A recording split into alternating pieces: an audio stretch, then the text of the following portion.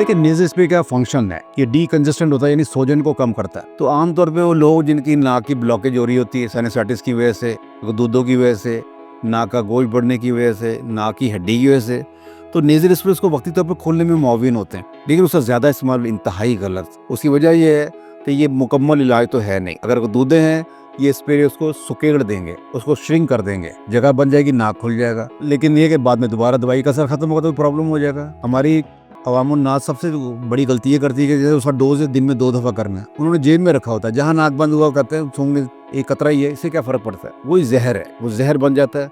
अगर हम वो 2 दफ़ा से ज़्यादा 3 दफ़ा करें तो ज़्यादा, और लोग 5-5 10-10 दफ़ा करते हैं, तो उसका ज़्यादा इस्तेमाल इंतहाई गलत है। सबसे बड़ी बात तो यही है कि एलर्जी है, एलर्जी की वजह से नाक में सोजिश हो रही है और नाक बंद हो रहा है। स्प्रे कर रहे हैं, सोजिश कम हो जाती है, नाक खुल जाता है।